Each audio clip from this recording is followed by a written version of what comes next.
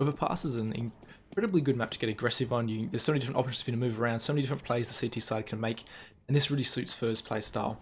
You'll see here, he has so many options.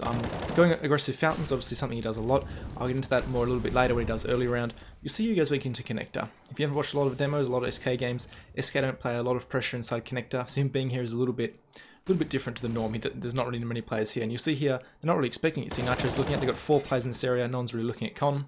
He swings back down right here, there's a 5v4, now they have a 5v3. And you'll see right now, this is just first play style. His team has short control right here. Most players, they're in a 5v3, right? 2-man advantage, you're pretty happy with this round. Normally you're just going to leave, rotate around and play your game. Not Fur, this isn't his playstyle, he doesn't care what kind of man advantage you have. He's going to get aggressive, he's going to get this information, or he's going to die and get this information, or he's going to get kills, because he's an incredibly good player. So he goes up the ladder here, this is actually quite smart. If you think about it, player in ladder gets killed, there's not normally going to be someone waiting here looking at it unless someone's rotated really quick. They're normally going to be looking at other parts of the map, trying to go for some kind of aggression, trying to get map control. So he gets this flank in. Again, he's able to just come up behind him quite easily. JDM, not expecting it.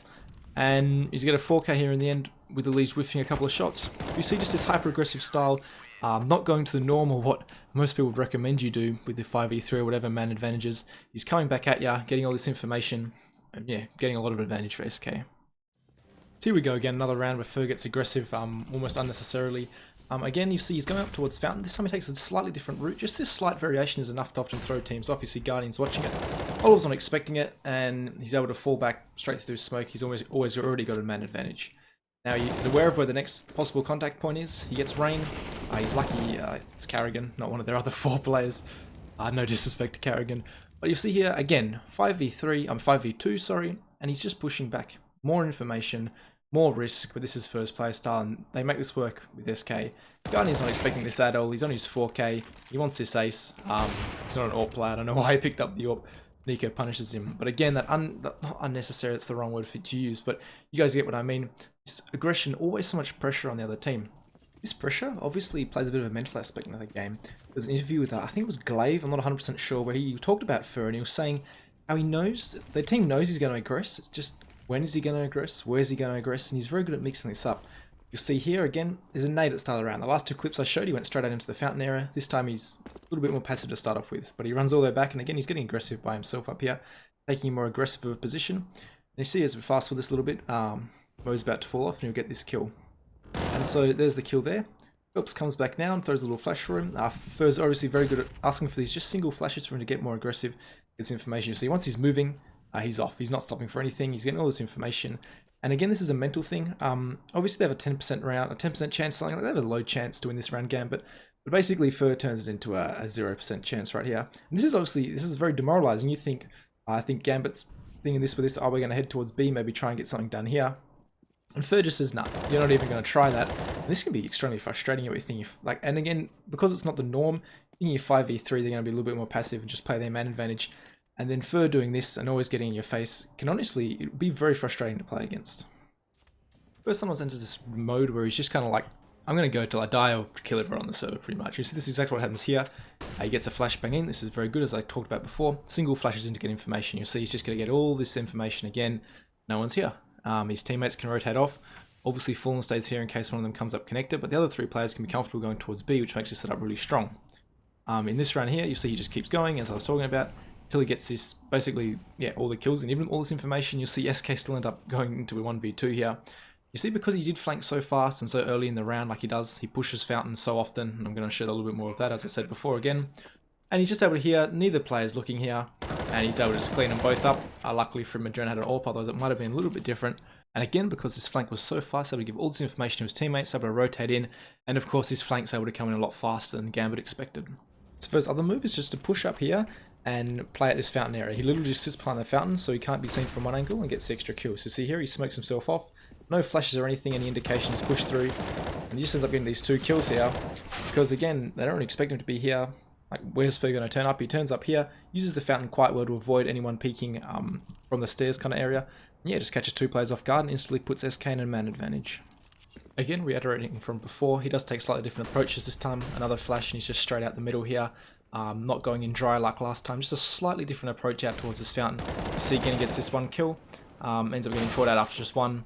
But as you can see, slightly different approach. Just these little tweaks make a little bit of difference. Now logically, he goes towards Fountain. So where else is he going to go? He's going to get aggressive at long. Normally, he just goes dry. He just peeks this and, yeah, hopes to catch anyone off guard. If he doesn't see anyone, he continues to push. So in this clip here, you'll see again, JDM's just jumping around. Obviously, they have pistols, so this is a little bit easier for him. But you see, he just catches 3 players off. And that's step 1. If he gets there, sees someone, he kills them. Now the second step, if he doesn't see anyone, he obviously keeps getting aggressive like he's seen him do before. Gets as much information as possible. And yeah, that will allow his teammates to rotate. You look at the map now, you see Fallen again watching connected, but the rest of them are rotating towards B and getting ready for this kind of push. Funnily in this situation, they're all here just waiting, because again, they're on pistols.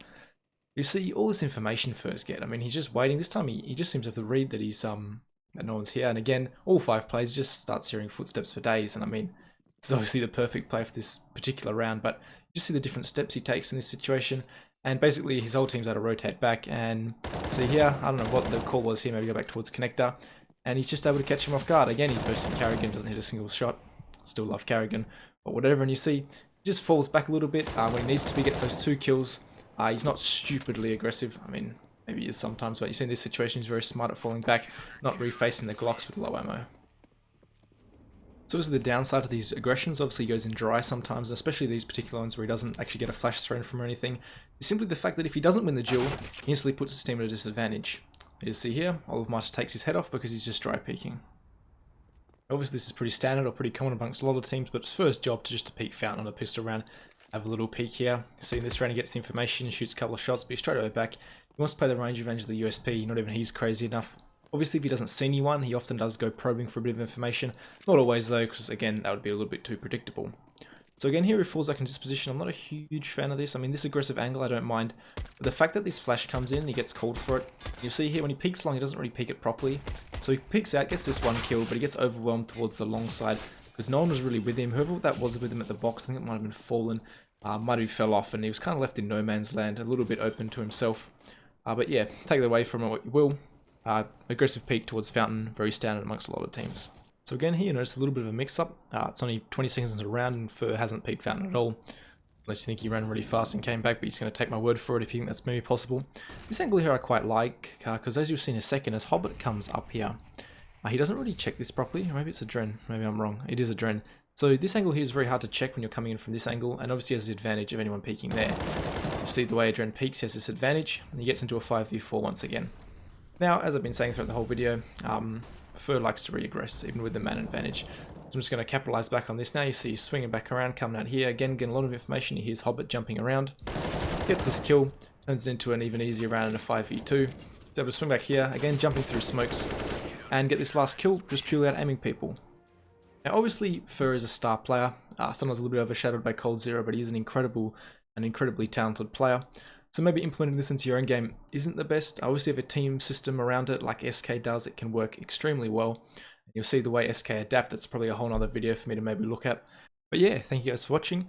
Make sure to subscribe and follow me on Twitter, link in the description. And I'll catch you guys in the next one.